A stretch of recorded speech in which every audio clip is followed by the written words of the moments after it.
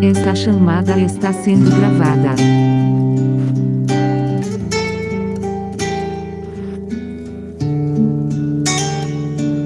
Sentada no banco de uma igreja, eu senti alguém perto de mim. Uma presença tão real e uma voz que sussurrava e falava a mim. Alguém que eu não via, mas sentia sua presença e era surreal. Um toque diferente, eu ouvi a sua voz dizendo bem assim: venha, filha, e cante somente o que eu lhe der. Transforme em melodias a jornada e sua vida. Será uma canção bem junto a mim. Um chamado a olhar pra dentro de si e renunciar o próprio eu. Quem irá? Deparei-me com medo e a procrastinação. Tão lento fui, sementes lançadas no caminho. Quem irá colher?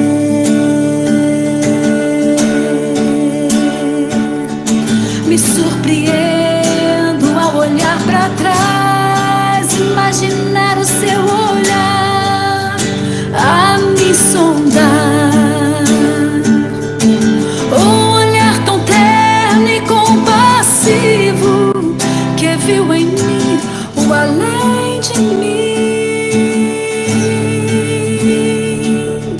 Alguém que me amou e ao meu lado ele sentou e me falou assim: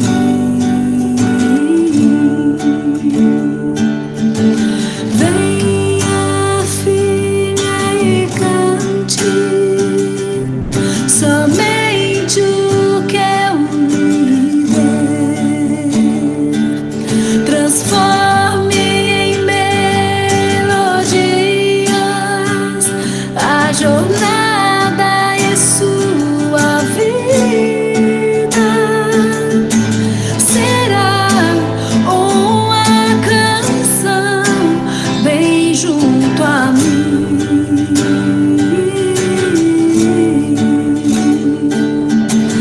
Venha, filha, descanse e lance sobre mim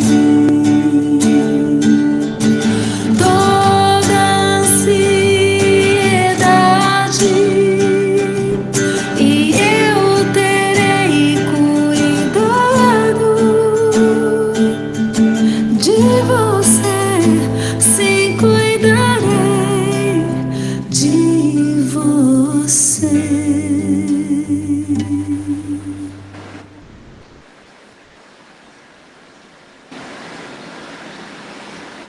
Amém.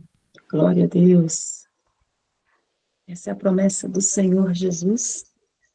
Nós devemos ir a Ele e lançar sobre Ele toda a nossa ansiedade.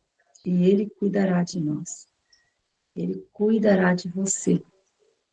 Que bom que estamos aqui mais uma vez, nesse dia especial, o sábado, em que o Senhor nos deu para descansar.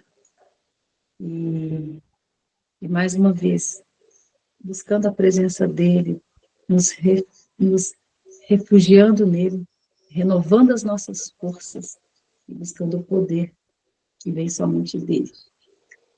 Então, um lindo dia para vocês, um feliz sábado para vocês. E que bom que mais uma vez nós nos encontramos aqui para desfrutarmos, né, da presença do Senhor.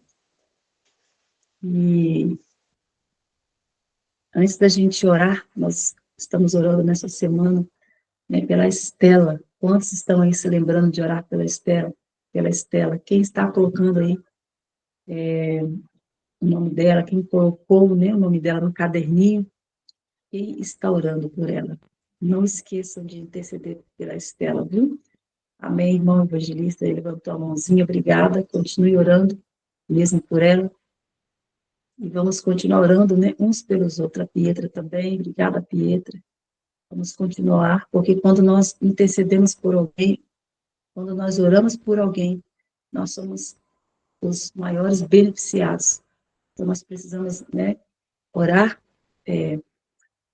interceder e pensar naqueles que estão necessitados, e o Senhor cuidará de nós.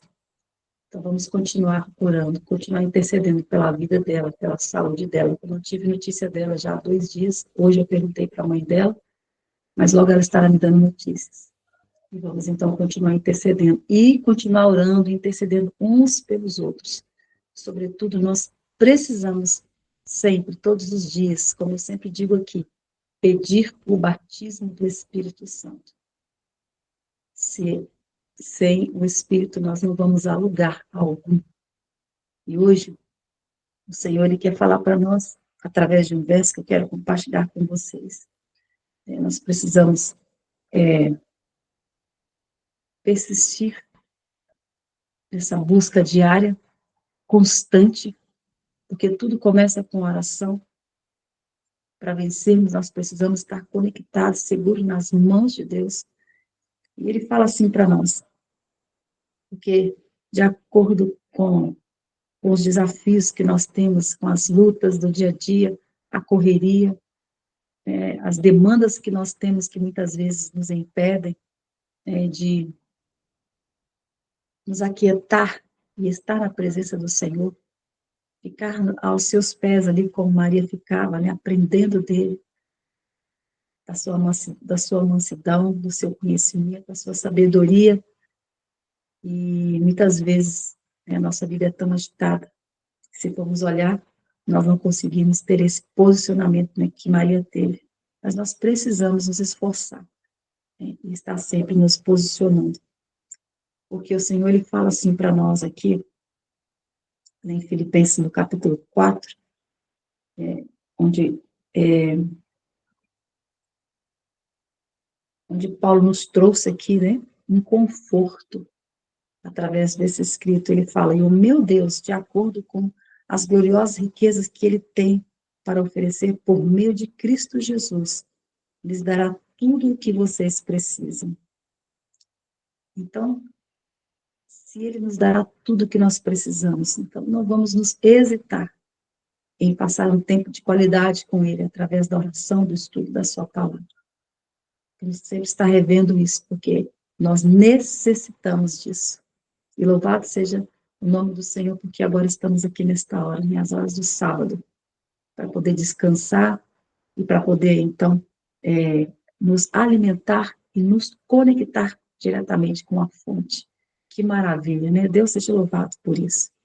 E no verso 20, fala assim, ao Deus e Pai, seja dada a glória para todos sempre. Amém e amém. Nós nos apegamos nisso, porque o Senhor irá suprir todas as nossas necessidades, que nós temos que fazer apenas glorificá-lo, reconhecer quem Ele é, o que Ele é, o que Ele fez, o que Ele pode fazer, o que Ele fará na sua vida e também na minha vida. Que Deus abençoe a cada um de vocês neste sábado tão especial, tão maravilhoso. E nós vamos nesta hora orar, buscar a presença do Senhor. Vamos interceder e vamos também agradecer, né?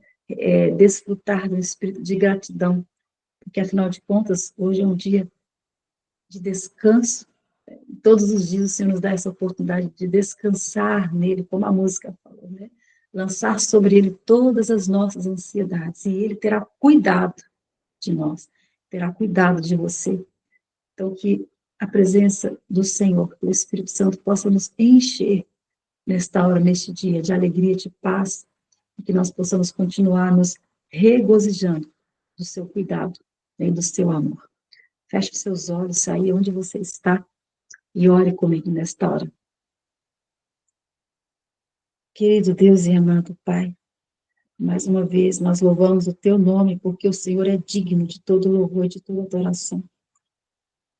Obrigado, Pai, pelo seu cuidado, pelo seu amor. Obrigado pelo descanso que o Senhor nos dá, porque o Senhor refrigera a nossa alma, o nosso espírito, através da sua palavra, através da sua presença. Muito obrigado, Senhor, muito obrigado. Eu louvo o teu nome porque o Senhor tem cuidado de nós.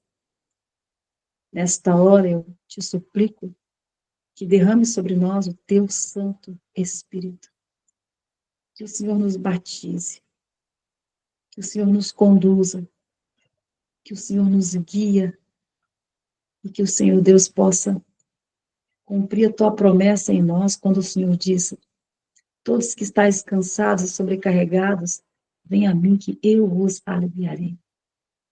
Não sei, Pai, se aqui nesse momento, nesta sala, existe alguém que esteja se sentindo assim, cansado, talvez desanimado, talvez até pensando em desistir, talvez, meu Pai, com conflitos internos, e a esperança deles nesta hora é que o Senhor Deus possa trazer a eles o alívio, a cura. Então, Pai, eu te peço nesta hora, visite a cada coração aqui nesta sala, homem, mulher, atenta, Senhor, para cada um, e atenda conforme a tua vontade, o teu poder. E nesta hora eu venho clamar ao Senhor mais uma vez pela vida da Estela. Que o Senhor continue colocando a tua santa e poderosa mão sobre ela. Segundo a sua vontade, restaura a sua saúde física, mental e espiritual. Tira ela daquele lugar, Pai. Traga ela de volta para casa e também para os teus braços. Cuida dela. Eu te suplico em nome de Jesus. Mais uma vez eu quero entregar ao Senhor os meus pais também. Que o Senhor Deus continue cuidando deles. Obrigado, porque até aqui o Senhor tem nos fortalecido, tem nos ajudado. Obrigado, porque o Senhor está nos dando, Senhor Deus, a alegria e o privilégio, Senhor, de fazer algo por eles. E que o Senhor Deus certamente tem colocado a tua mão, porque o Senhor é a cura. Muito obrigado pela obra maravilhosa que o Senhor está fazendo na vida deles. Eu os coloco nas tuas mãos, eu entrego também a Eliane, entrego a Deus, a Cláudia, eu entrego, Senhor Deus, a Cris, entrego todos, Pai, que têm recebido essa oportunidade de cura. Coloque a tua santa e poderosa mão. Nesta hora, Pai, eu te peço que o Senhor visita a Dona Elzimar, o Dionísio, os fortalecendo e os conduzindo também a cada dia para a glória do teu nome. Eu entrego a igreja dos chakras nas tuas mãos, Pai, e peço o batismo do teu Santo Espírito para que possa, Senhor, conduzir esta igreja e a cada família seja restaurada para a honra e glória do teu santo e bendito nome. Oh, Pai, eu entrego a ti, eu confio e eu descanso nesta hora de que o Senhor ouve e atende às nossas orações. Continue conosco neste estudo, neste ano bíblico. Continue nos conduzindo, continue nos ensinando pelo teu Santo Espírito, pelo poder que há em ti, nos dando discernimento, sabedoria, e ajuda-nos, Pai, a cada dia colocarmos em prática aquilo que nós aprendemos de ti. Dá-nos a força e o poder, e mais uma vez, concede-nos uma porção máxima do teu Santo Espírito. Eu oro, eu te agradeço, eu te louvo nesta hora, em nome de Jesus. Amém e amém. E amém. Eu me apego nisso. E você? Deus seja louvado. Eu creio que sim. Que o Senhor nos abençoe e que, mais uma vez, o Senhor use o Roberto para compartilhar conosco aqui desta mensagem, desse momento tão precioso, né, que é o estudo do ano bíblico. Que o Senhor abençoe. É com você, Roberto.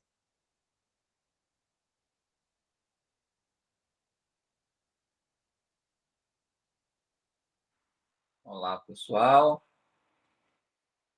Vou só arrumar aqui.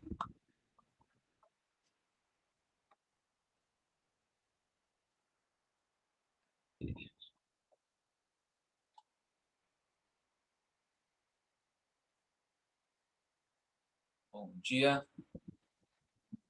Uma alegria aqui, voltei. Bom dia.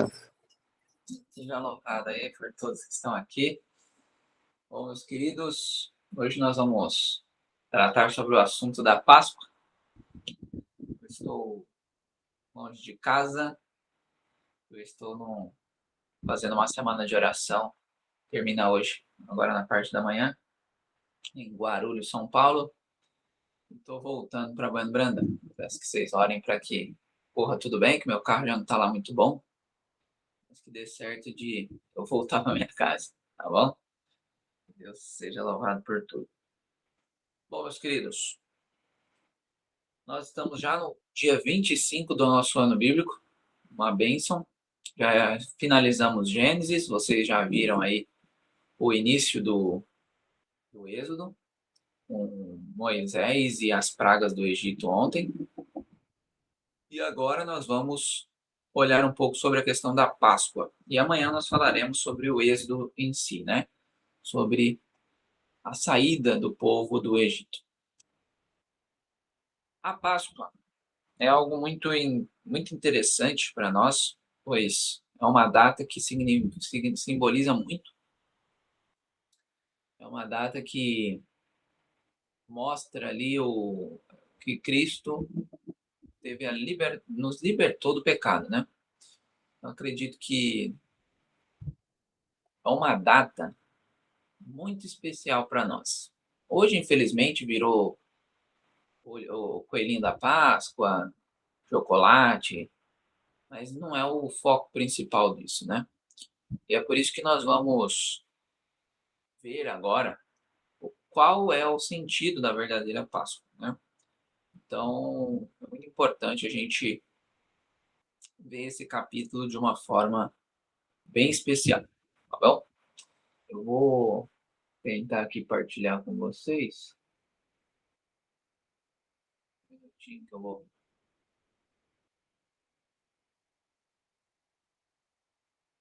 compartilhar com vocês a tela.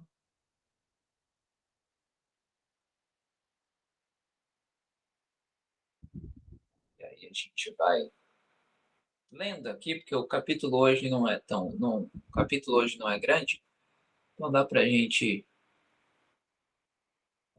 ir tranquilo. Eu tô aqui num lugar onde a internet é muito ruim. Acho que eu não sei se eu vou conseguir compartilhar.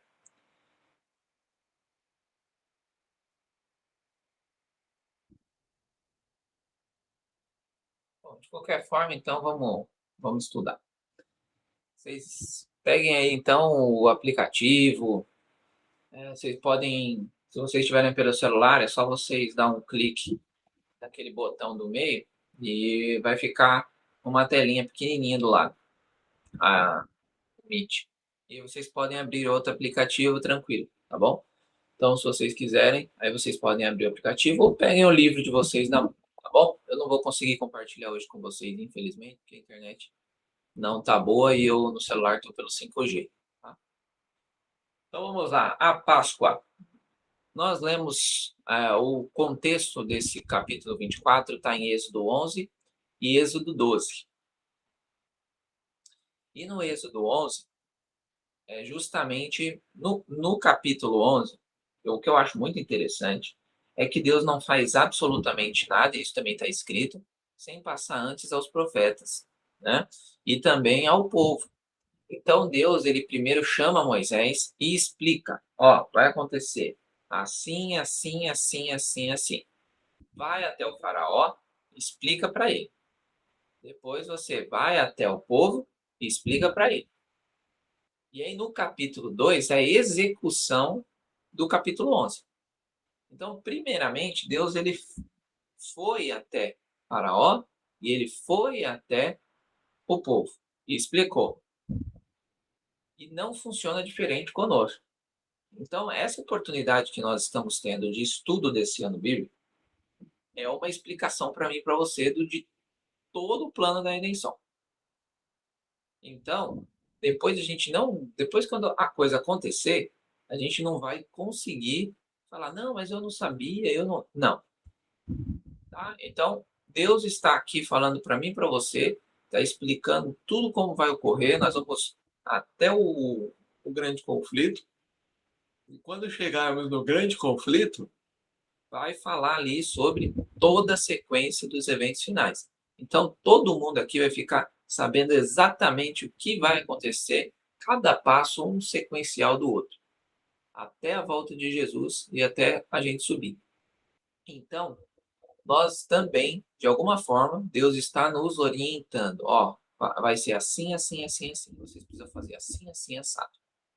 Então, da mesma forma, Deus fez com até mesmo o povo do Egito. Então, o Egito, ou seja, os egípcios, sabiam exatamente o que iria acontecer. Porém, o coração duro do egípcio não obedeceu. E é por isso que os primogênitos morreram. Porque muitas pessoas acham que Deus não avisou hoje. Não, Deus avisou a todo mundo. Porém, só o povo de Israel confiou em Deus e não morreu ninguém. Ok? Então, inclusive a gente vai ver aqui que até alguns egípcios seguiram a orientação de Deus. Então, não foi todos, tá bom? Então, de fato, Deus ele é um Deus de amor, ele é um Deus que cuida, é um Deus que gosta, que ama cada um de nós. Até mesmo aquele faraó. Ok? Então, falando aqui sobre um ponto, ó, eu não sei se alguém comentou sobre isso, mas só para deixar claro, porque nós temos muito problema, biblicamente falando, por causa desse texto. Deus endureceu o coração de Faraó. Até coloquei no meu vídeo de ontem sobre as pragas no canal Caráter Cristão. Essa questão do endureceu, não é que Deus endureceu. O faraó endureceu o coração através de ouvir a voz de Satanás. A voz de Deus também estava. O conflito é para todos. Então, esse conflito também existia na cabeça do faraó. Porém, o faraó só ouviu o lado de Satanás. Quando ali na Bíblia está escrito que Deus endureceu o faraó, tinha uma prática do faraó. Todos os faraós, eles já queriam ir direto para a coisa boa, quando morresse. Então, o que eles faziam? Eles tiravam o coração deles, porque na cabeça do faraó, isso ia burlar o juízo, o julgamento do Deus deles. Então, eles colocavam um escarabelo de pedra. Ok? Então, essa questão de Deus endurecer o coração de faraó, era no sentido de faraó entender que o Deus de Israel, o Deus Todo-Poderoso, o único Deus, ele não seria enganado por um coração de pedra quando mumificasse o faraó. Então Deus estava falando da linguagem para que o faraó compreendesse, tá bom? A Bíblia inteira é assim. Por isso que às vezes vai parecer que Deus está contradizendo alguma coisa. Não, não é contradição. É simplesmente uma linguagem para que a pessoa que está precisando daquela mensagem, porque quem mais precisava das mensagens do Êxodo, até o capítulo 11, até o capítulo 12 do Êxodo, era o faraó. Você pode ver aí que Deus tentou de tudo. Olha, e mandou praga aqui, mandou praga ali. Porém, o faraó o quê? Eu não vou obedecer. E aí chegou então a última praga, que é uma das, que aí seria a gota d'água, né? Imagine você perder seu filho porque você foi desobediente todo um período que não foi pequeno, né? Passou meses essas pragas aí para ela conseguir todas as pragas acontecerem. Então, de fato, não foi fácil, tá? Então, dando essa introdução, vamos então para o capítulo 24, primeiro parágrafo. Diz o seguinte: quando o pedido para o livramento de Israel fora pela primeira vez apresentado ao rei do Egito, olha lá, ó, lá na primeira vez, fizera-se a advertência das mais terríveis pragas. Foi ordenado a Moisés dizer a Faraó: assim diz o Senhor. Olha isso, ó. Prestem atenção, porque isso aqui está no Êxodo 4 e às vezes passou despercebido para cada um de vocês. Êxodo 4, versos 22 e 23. Assim diz o Senhor: Israel é meu filho, meu primogênito, e eu te tenho dito: deixa ir meu filho para que me sirva. Mas tu recusaste deixá-lo ir. Eis que eu matarei a teu filho, o teu primogênito. Olha isso, hein? Isso aqui já está dito lá no capítulo 4. Posto que desprezados pelo Egito, os israelitas haviam sido honrados por Deus, tendo sido separados para serem depositários de sua lei. Nas bênçãos e privilégios especiais a eles conferidos, tinham preeminência entre as nações, como tinha o filho primogênito entre seus irmãos. Então, por que Deus pegou Israel? Israel não era o maior povo. Ok? Israel era um dos povos, inclusive era um dos menores povos, né? Até o Egito era gigante e vários povos vizinhos também eram muito maiores que Israel. Vocês vão ver isso durante essa caminhada do ano bíblico. Agora eu pergunto, por que Israel? Israel foi um povo que iniciou-se ali com Abraão. Tá? Então Abraão começou a linhagem e Israel ficou forte a partir de Jacó por causa dos 12 filhos. Okay? Depois disso, Israel foi crescendo e crescendo. Porém, Israel já estava desde muito antes, desde Abraão, já tendo um convívio, uma prática com Deus. Então, lá em Gênesis, por exemplo, diz que Abraão guardava todos os estatutos, leis e mandamentos. Então, Abraão, ele passou isso às suas gerações. Israel deveria levar isso a um como é que se diz? A uma proporção gigante. Então, Deus queria que Israel fizesse o quê? Partilhasse do amor de Deus, partilhasse das experiências, partilhasse para que todo mundo reconhecesse Deus como o único Salvador. Porém, vocês sabem bem como que foi a história biblicamente e ainda vamos saber muita coisa durante esse ano bíblico sobre Israel.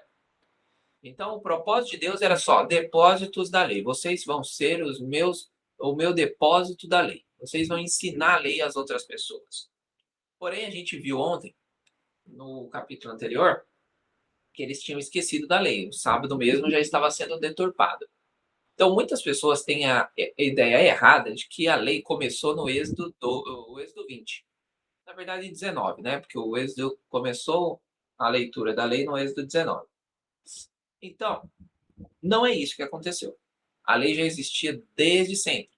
Desde Adão, desde todo mundo ali, já se existia a lei. Ok? Porém, o povo de Israel esqueceu.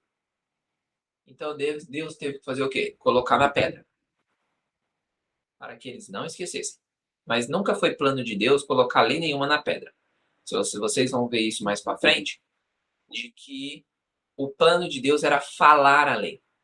Lá no capítulo 19 do Êxodo. Porém, o povo disse para Moisés o quê? Não faça isso não. A gente não aguenta ouvir Deus falar. Vai lá falar com ele e o que você disser a gente vai obedecer. E aí Moisés subiu. E aí Deus gravou a lei na pedra. Entenderam? Então, primariamente, Deus não precisaria de pedra. Porém, o povo esquecia e não queria ouvir a voz de Deus. Então, Deus colocou na pedra. Um outro ponto é que o juízo de que o Egito fora primeiro lugar advertido deveria ser o último a ser mandado. Ou seja, Deus falou para o faraó, antes de tudo começar, Deus falou lá no capítulo 4. Porém, Deus deixou para ser o último. Talvez esse ponto fez com que ele não acreditasse. Porque Deus já tinha falado sobre isso, mas nada tinha acontecido com os primogênitos. E aí, praga atrás de praga, e o faraó foi o quê? Desdenhando de Deus. Deus é longânimo e cheio de misericórdia. Isso é que todos nós acreditamos, amém? Senão a gente estava perdido, tão ruim que a gente é. Tem terno cuidado, pelos seres formados à sua imagem. Se a perda das suas colheitas, rebanhos e gado houvessem levado o Egito ao arrependimento, os filhos não teriam sido atingidos. Mas a nação obstinadamente resistiu à ordem divina, e agora o golpe final estava prestes a ser desferido. Então, Deus ali, todas as pragas que aconteceram, que vocês viram ontem, essas pragas, absolutamente todas elas tinham o motivo central de acabar com a colheita, os rebanhos e o gado do Egito. Ou seja, primeiro seria essas coisas que como se fosse o nosso dinheiro, sabe? Às vezes a gente está tendo problemas financeiros. Talvez a gente esteja que nem Faraó. E aí Deus está permitindo que Satanás haja. Para quê? Para que nós se fortalecemos na vontade de Deus. Então, pode estar acontecendo qualquer coisa na sua vida. Qualquer coisa que esteja acontecendo na sua vida, que você fala, Senhor, eu não estou aguentando, Senhor, eu estou sem dinheiro, eu estou sem saúde, eu estou sem emprego, eu estou sem isso, eu estou sem aquilo. Saiba que é uma prova para que você avance a sua vida espiritual. Deus nos prova a todo momento. Quem sabe em algum momento aqui, que case comigo aqui o final de semana, a gente fale sobre a doutrina da prova, tá bom? Israel teve muitas dessas, então possivelmente a gente vai falar sobre isso. A doutrina da prova é o quê? Deus prova seus filhos para que nós avancemos no caráter. Então, se Deus não provar a nós, nosso caráter vai ser sempre fraco. E a gente nunca vai estar preparado para ir para a Canaã Celestial. Então, a doutrina aqui da prova foi a prova para Faraó e foi a prova para o povo. Porque o povo de Deus, nessa última praga, todas as outras 9, Israel estava livre. Gozém não tinha nada de problema. Na última, Deus provou o povo de Israel. Agora, 9 pragas foi para eles. A 10ª, eu preciso que vocês façam algo por mim. E aí, Deus falou, é assim, assim, assim, assim. Se o povo não obedecesse, o que acontecia? Ia morrer primogênito de Israel. Porém, o povo todo obedeceu. Nós vamos ler isso já já. Ok? Moisés tinha sido proibido, sob pena de morte, de aparecer na presença do faraó. Mas uma última mensagem da parte de Deus deveria ser proferida ao rebelde. Então, Êxodo 11, de 4 a 8, Moisés aparece novamente na frente do faraó e fala para ele. Vai ser assim, assim, assim e assim. Se você não obedecer, seu filho vai morrer. Olha isso, hein? Então Deus foi lá e falou para Faraó. Isso daqui já anula aquela ideia de que Deus não ama Faraó e Deus estava fazendo com que o Faraó ficasse duro para ele sofrer. Deus não faz o mal. A gente já falou isso lá no primeiro dia. Deus é incapaz de fazer o mal. Ok? Tudo que acontece de mal conosco é Satanás. Porém, com a permissão divina para o avanço da nossa vida espiritual. Nada acontece com você, meu querido, só por acontecer. Só porque você é o vilãozinho ou você é o melhoral. Não. Não é isso. Sempre tem uma lição espiritual. É porque muitas vezes a gente só questiona. A gente não entende o que Deus está pedindo para nós. José, por exemplo. José foi íntegro, reto. O que aconteceu com José? Foi preso injustamente, foi maltratado. Série de coisas aconteceu com José. Me mostra um texto na Bíblia, José falando, Senhor, por que isso está acontecendo comigo? Não tem. Por quê? Porque José estava passando na prova. Ele entendia que a prova não era algo ruim, era algo para fortalecê-lo. E no fim, virou governador do Egito e salvou toda a humanidade de morrer de fome. Então, meus queridos, inclusive ele diz isso para os irmãos. Fala, irmão, fiquem tranquilos, porque tudo estava seguindo o plano divino para que eu estivesse aqui. Então Deus pegou Moisés na casa de Potifar, fez ele na casa de Potifar, já começou a trabalhar Moisés e depois mandou ele para uma cadeia onde tinha mais gente, porque depois ele ia ter o quê? Toda a humanidade para cuidar. Então Deus, ele é um Deus maravilhoso, ok? Depois vem, antes da execução dessa sentença, o Senhor, por meio de Moisés, deu instruções aos filhos de Israel. Isso está no Êxodo 12, de 1 a 28. Então, primeiro ele falou com o faraó, porque o faraó era duro de coração. Depois ele falou com Israel, que ainda estava mole. Vocês vão ver que vai endurecer muito também. E aí Deus diz o seguinte: passarei pela terra do Egito esta noite, e ferirei toda primogênito da terra do Egito, desde os homens até os animais. Sobre todos os deuses do Egito farei juízo. Tá bom? Juízo é coisa séria, meu querido. E a gente está no juízo investigativo e vamos sofrer também um juízo. E quando o juízo acontece, pessoas morrem. E não é Deus o culpado. Aqui está dizendo que Deus passará pela morte, porém a gente sempre tem que ter na nossa cabeça que a culpa do erro é sempre humana. Vou dar um exemplo para vocês. Lá em Noé, tinha uma arca para quem obedecesse a Deus entrar, certo? Deus então envia o dilúvio. A culpa de os antediluvianos morrer é de Deus ou do antediluviano? Se ele deixou um escape, a culpa é do ser humano. Deus mandou um dilúvio para destruir o pecado. Toda vez, meus queridos, que tem um juízo na Bíblia, é para destruir o pecado. Por quê?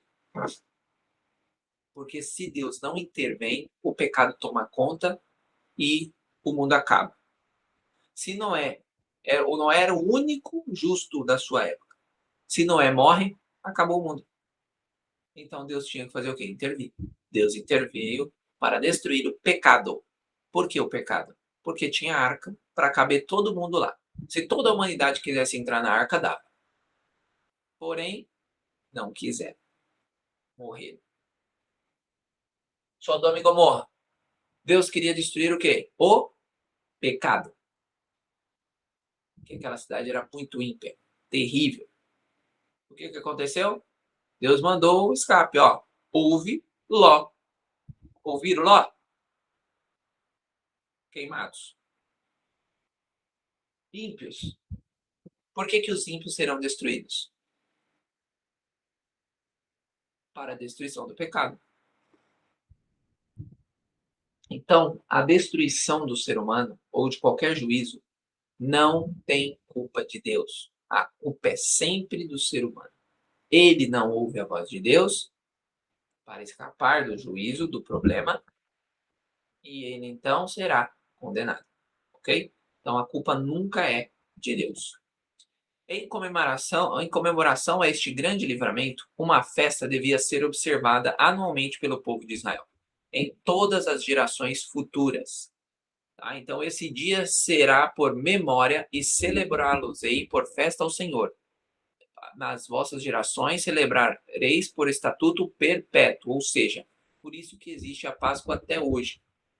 Porque é um estatuto que perpétuo, ou seja, até Jesus voltar, haverá Páscoas. Tá bom?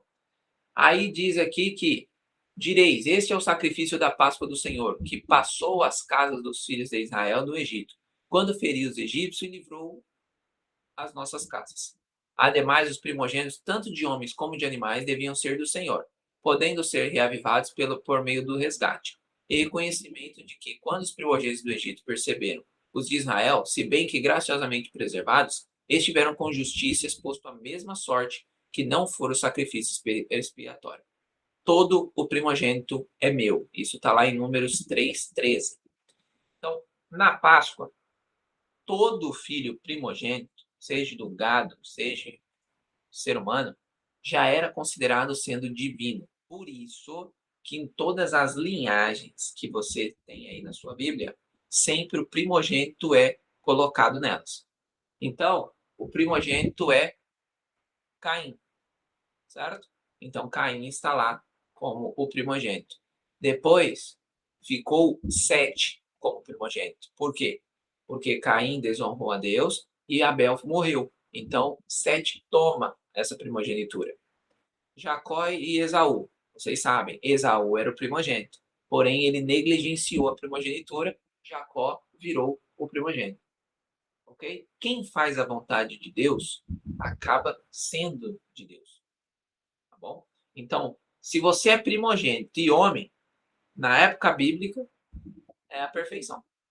Ok? As mulheres, infelizmente, na Bíblia, ainda não tinham essa prerrogativa. Até hoje, lá no Oriente, a mulher ainda tem muitos problemas. Certo? Então, biblicamente falando, o primogênito, ele era de Deus. Era como se Deus tivesse, ó, esse aqui é meu. Então você já dá ele para mim. Não sacrificaria o filho, tá, meus queridos? Deus não pede nenhum sacrifício humano. Porém, esse filho, ele teria que levar a linhagem divina à frente. Era obrigação do primogênito. Okay? Já o primogênito dos animais, todos deveriam ser sacrificados a Deus. Tá bom? Isso se chama também as primícias. Os primeiros frutos, os primeiros animais, era a hora de você sacrificá-los a Deus. Tá bem? A Páscoa devia ser comemorativa como típica, ou seja, era para ser uma festa que comemorava ali naquele momento, porém que tipificava a morte de Cristo na cruz. Apontando não somente para o livramento do Egito, mas no futuro para o maior livramento que Cristo cumpriria, libertando seu povo do cativeiro do pecado. O cordeiro sacrificial representa o cordeiro de Deus, em que se acha a nossa única esperança de salvação. Cristo, nossa Páscoa, foi sacrificado por nós. 1 Coríntios 5, 7. Não bastava que o cordeiro pascal fosse morto, seu sangue deveria ser aspergido nas ombreiras. Assim, os métodos do sangue de Cristo devem ser aplicados à alma. Deve crer que ele morreu não somente pelo mundo, mas que morreu por nós individualmente. Devemos tomar para nosso proveito as virtudes do sacrifício expiatório. Vocês já ouviram aquela historinha de que se fosse só você, Jesus morreria? Aqui está o texto. Individualmente. Por isso que cada uma das pessoas tinha que passar o sangue na porta. Por quê? Primeiro, livre-arbítrio. Deus precisava provar os israelitas, no caso nós também, todas as pessoas são provadas, para saber se vocês seriam obedientes e assim não sofreriam as consequências. E um outro ponto de passar o sangue na porta é a nossa parte. Lembra que sempre tem a parte de Deus, mas tem a nossa também. Então, processo de justificação. Tem a parte de Deus, entregar seu filho e me perdoar.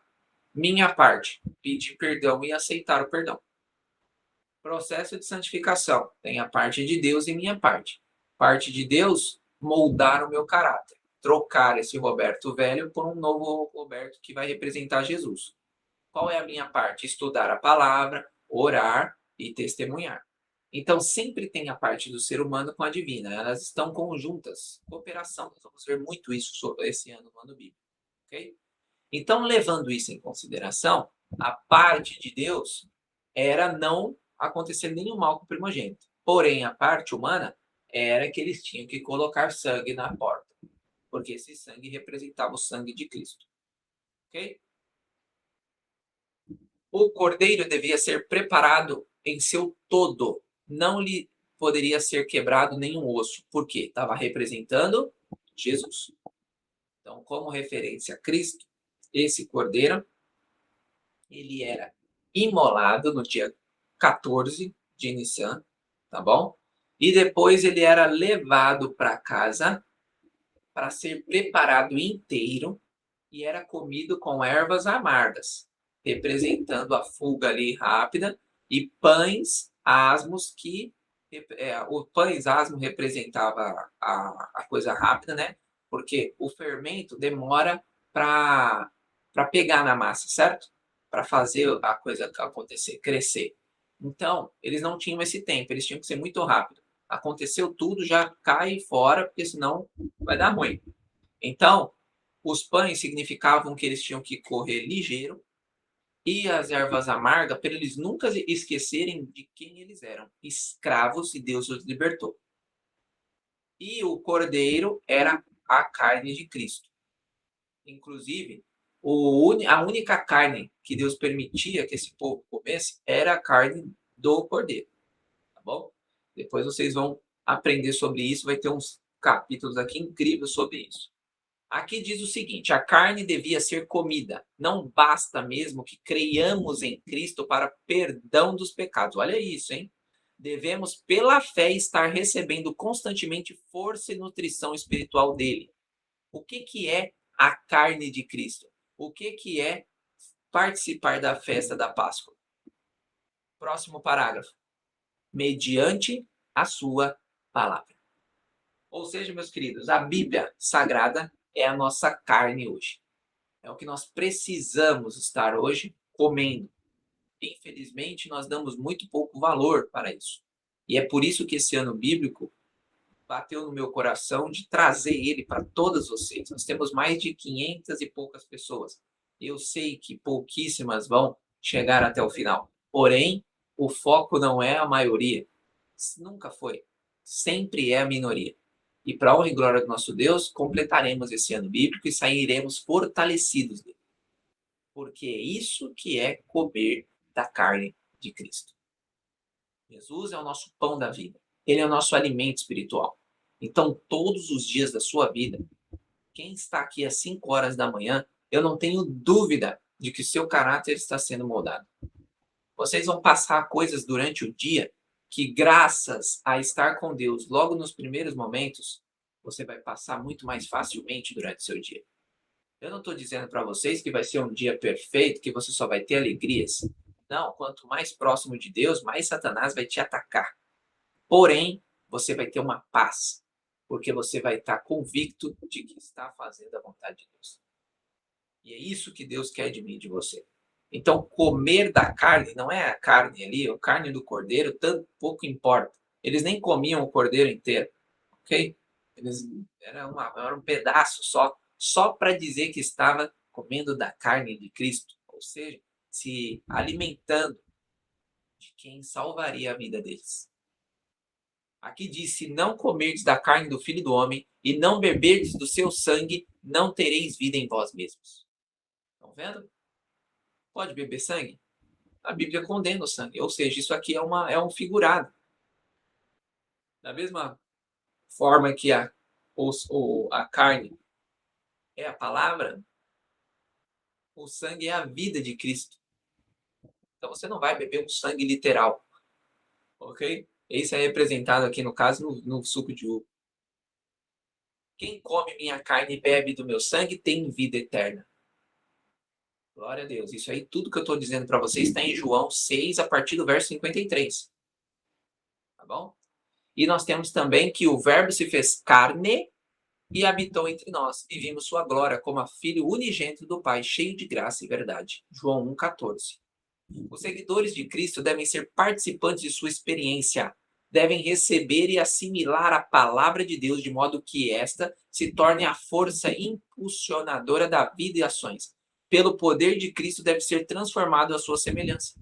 Refletir os atributos divinos. Olha isso, meus queridos. Sabia que Deus quer que você tenha atributos divinos sendo refletidos ao mundo? Todos a gente não vai ter, porque se o ser humano pudesse ter todos os atributos divinos, a gente viraria Deus. Obviamente que não é isso que Deus está dizendo. Porém, tem atributos que Deus passou a mim e a você, para que a gente mostre Jesus para as outras pessoas. E esses atributos são o quê? Todos os frutos do Espírito. É possível o ser humano ter os frutos do Espírito. O ser humano, por exemplo, tem um atributo que só Deus pode, que é o de criar. Nós, ali, somos pais e mães e criamos um neném. Olha que coisa. Ele deu essa prerrogativa ao ser humano. Estão entendendo? Então, vários atributos divinos ele quer que eu e você tenha para mostrar às outras pessoas o Deus que você serve. E aqui diz que, pelo poder de Cristo, deve ser transformado à sua semelhança e refletir os seus atributos. Não é pelo poder humano, é pelo poder de Cristo. Devem comer e beber o sangue do Filho do Homem, ou não haverá vida neles. O Espírito e a obra de Cristo devem tornar-se o Espírito e a obra de seus discípulos. Glória a Deus por isso. Aqui também diz sobre o cordeiro ser comido. O uso dos pães asmos era também significativo. Era expressamente estipulado na lei da Páscoa e de maneira igualmente estrita observado pelos judeus, que o fermento não tivesse em nenhuma casa nesta festa. De modo semelhante, o fermento do pecado deveria ser afastado de todos que recebem nutrição de Cristo. Só que é algo muito bonito, porém pouco praticado, porque a gente acha que não pode vencer o pecado. Só que aqui está dizendo que não, a Páscoa é justamente vitória sobre o pecado. Tudo que Jesus passou naquela Páscoa foi para vencer o pecado em nossa vida. Só que nós, não dá para vencer. Eu vou empurrando com a barriga, eu vou, sei lá, não dá para vencer. Você tem que confiar que Deus é o Deus do impossível. Eu não estou mandando você confiar em vocês. Se vocês confiarem em vocês, não dá para vencer nada. Mas em Cristo, a vitória é certa. Antes de obterem liberdade, os escravos deviam mostrar fé no grande livramento. O sinal do sangue que devia ser posto na escada deviam, com as famílias, separar-se dos egípcios e reunir dentro de suas próprias habitações. Houvesse os israelitas desrespeitado em qualquer particular as instruções e teriam o filho primogênito morto. Deus não ia passar a mão na cabeça de Israel. Deus passou para Faraó o que ia acontecer e passou para Israel. Se Israel não obedecesse, teriam o mesmo fim que os egípcios tiveram. Pela obediência, o povo devia dar prova da fé. Tá vendo? Olha a prova aqui. Assim, todos os que esperam ser salvos pelos méritos do sangue de Cristo devem compenetrar-se de que eles próprios têm algo a fazer para conseguir a salvação. Olha isso! Que texto é esse, Roberto? Tá doido? A salvação, eu preciso fazer alguma coisa? Sim, você precisa aceitar. Jesus morreu por você. Porém, se você não aceitar o sacrifício de Cristo, de nada vale a salvação para você. Conquanto seja apenas Cristo que nos pode remir da pena da transgressão, devemos desviar-nos do pecado pela obediência. O homem deve ser salvo pela fé e não pelas obras. Contudo, a fé deve mostrar-se pelas obras. Você já deve ter ouvido muito isso. Nós não somos salvos pela lei, por guardar mandamento. Nós somos já salvos. Por Deus ter nos salvado, nós retribuímos com a guarda do mandamento. E é exatamente isso. Se você está salvo, Cristo está fazendo parte da sua vida. Se Cristo é parte da sua vida, outras pessoas vão ver Jesus em você. Por quê? Porque as obras vão acontecer. Você não vai ficar, olha, eu tenho que fazer essa obra. Não, ela acontece naturalmente. O homem deve ser salvo pela fé, né? Deus deu seu filho para morrer como propiciação do pecado. E ele manifestou a luz da verdade, o caminho da vida. E ele concede oportunidades ao homem para cooperar como instrumentos de salvação. Então vocês aqui, meus queridos, têm uma grande responsabilidade. Porque a partir do momento que vocês estão aprendendo, vocês precisam transmitir às outras pessoas. Vocês aprenderem e ficarem sem... não vou falar com ninguém, não vou fazer nada não, deixa quieto, só... Não adianta. Vocês não vão estar se fortalecendo e o caráter não vai estar mudando e as pessoas não vão estar vendo Jesus em você. Quando Moisés relatou a Israel as providências tomadas por Deus no livramento, o povo inclinou-se e o adorou. Então, isso está em Êxodo 12, 27. Quando o povo ouviu Moisés falar, vai ser assim, assim, assim, assim, o povo falou, beleza, tudo certo. E já começou os preparativos para obedecer a Deus. Pois eles acabaram de ver 9 pragas acontecendo no Egito. Com certeza eles falaram, opa, Deus não está de brincadeira. As coisas vão acontecer. Então deixa eu logo tratar minha vida. Infelizmente, hoje a gente demora muito para tratar a nossa vida. A gente fica, talvez, deixa para amanhã, deixa para depois. Não, o povo já foi logo tratar a sua vida, porque o anjo destruidor viria. Os israelitas obedeceram às instruções que Deus dera. Rapidamente e secretamente fizeram preparativos para a partida. Suas famílias reuniram-se, o cordeiro pascal foi morto, a carne foi assada ao fogo e preparados os pães asmos e as ervas amargorosas. O pai, sacerdote da casa, aspergiu o sangue nas ombreiras. e reuniu toda a família dentro de casa. Não era só aspergir o sangue. Todo mundo que ia estar salvo tinha que estar dentro da casa. Se tivesse fora, ia morrer também. Às pressas e em silêncio, comeu o cordeiro pascal com temor e respeito. Olha como se comia o cordeiro, com respeito e temor. O povo orava e vigiava, estando o coração do primogênito, desde o homem forte até a criancinha, palpitar de terror indefinido. Porque eles falaram, olha, gente, somos imerecedores. Será que Deus vai mesmo não permitir que o meu primogênito morra? Os primogênitos estavam tudo daquele jeito nesse dia. Pai e mãe cingiam nos braços seus amados primogênitos. Olha, abraçavam ele, pegavam no colo, ao pensarem no golpe terrível que deveria ser desferido aquela noite. Mas nenhuma habitação de Israel foi visitada pelo anjo destruidor. Porque o sinal do sangue estava na porta, sinal da proteção do Salvador. Agora eu pergunto para vocês, vocês não vão pôr sangue na porta de vocês? Deus não quer que você coloque sangue na porta hoje. Porque o sangue na porta hoje é o estudo da família. É você pegar a sua família e fazer um culto de manhã e de noite. É você pegar a sua família e orar com eles, fazer lição da escola sabatina junto, fazer algo, fazer com a família junto. Isso aqui representa o que eles fizeram lá. O sangue na porta é você confiar em Deus, de que Ele vai fazer o melhor na vida sua e na sua família. Infelizmente, Faraó não aceitou. E o último parágrafo diz que à meia-noite havia grande clamor no Egito. Bom, Deus não queria que isso ocorresse. Porém, o Faraó era tão duro, e ele ouviu tanto a voz de Satanás, e a gente leu ontem também, se vocês tiveram essa leitura do capítulo, de que, olha isso é grave, hein, meus queridos? Toda vez que Deus te dá uma luz e você rejeita, fica mais difícil aceitar essa luz depois. Vocês vão aprender muitas luzes durante esse ano bíblico. Então já saiba que cada vez que você rejeitar uma luz, o ano que vem vai ser pior para você aceitar essa luz novamente. Então a gente precisa estar totalmente aberto a Deus. Totalmente, Senhor, mude a minha vida. Faça o que tem que ser feito. Tire de mim esse pecado A, pecado B, pecado C, esse gosto por coisa que não deve.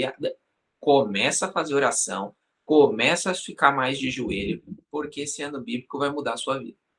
Vai ter tanta experiência, tantas coisas aqui durante esse ano, que vocês vão aprender, que vocês vão ficar de boca aberta. Que vocês vão amar mais ainda a Deus. Que vocês vão estar mais ainda com a sua família. Tá, meus queridos? Então eu desejo do fundo do meu coração aqui para cada um de nós hoje. A Páscoa, ela é um momento. Ali a Páscoa ali acontecia ali entre o dia 10 e 15 de Nissan. Ok? Tudo bem. É isso que era a Páscoa. Porém, a Páscoa é um evento diário, porque todos os dias você precisa estar firmado na palavra de Deus. Um dia que você deixar de estudar a sua Bíblia, de orar, Satanás está na vantagem.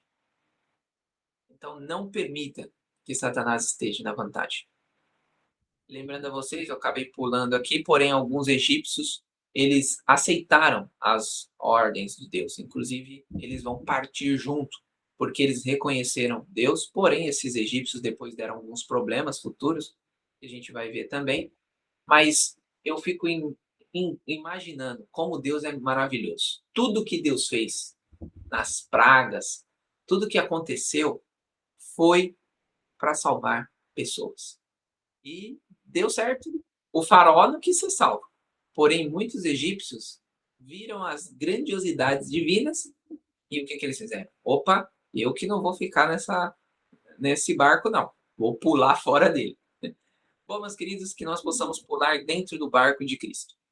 Que Deus nos abençoe, que nós possamos estar cada dia mais firmado na palavra. Comer da carne de Cristo é comer da palavra de Deus. Que Deus abençoe a vocês, um excelente sábado. E vamos fazer uma oração? Grandioso eterno Deus, Pai, Deus Todo-Poderoso, estamos aqui agradecidos ao Senhor por cada bênção, e inclusive por o Senhor ter acordado cada um de nós neste momento para aprendermos mais da Tua Palavra. Queremos nesse momento, Pai, pedir a Tua bênção, pedir o Seu Espírito durante esse dia, para que Ele possa nos ajudar a tomar as decisões corretas. Envie o Seu anjo para nos proteger e nos guiar em toda a verdade, Pai. Que nós possamos passar pelas provas que o Senhor coloca no nosso meio, que nós possamos vencer Satanás pelos méritos de Cristo, pela sua força, e assim estarmos mostrando Cristo às outras pessoas. Não deixe que nós não completemos esse ano bíblico, Senhor. Sabemos o quão falhos somos, sabemos que não temos gosto para a leitura das coisas de Deus, sabemos que não gostamos de fazer o bem, porém, nós estamos aprendendo que, cooperando contigo, todas as coisas são possíveis. E é por isso que nós estamos aqui, meu Pai. Primeiramente, agradecer por cada um que participou ao vivo, que vai assistir também lá no YouTube, que de alguma forma não participou, mas está fazendo o seu ano bíblico. O Senhor sabe, tem muitas pessoas ali no grupo, e eu espero que no fundo do coração elas estejam avançando para a honra e glória do nosso Deus. Desde já perdoe nossos pecados, nos dê um sábado abençoado na Tua presença. É o que eu peço no doce nome de Jesus. Amém. Bom, meus queridos, que Deus abençoe vocês. Nos vemos amanhã com o Êxodo. E amanhã está incrível o capítulo, porque nós vamos entender como esse povo saiu do Egito e por que ele saiu de lá, tá bem? Até mais, que Deus abençoe a cada um de vocês. Tchau, tchau.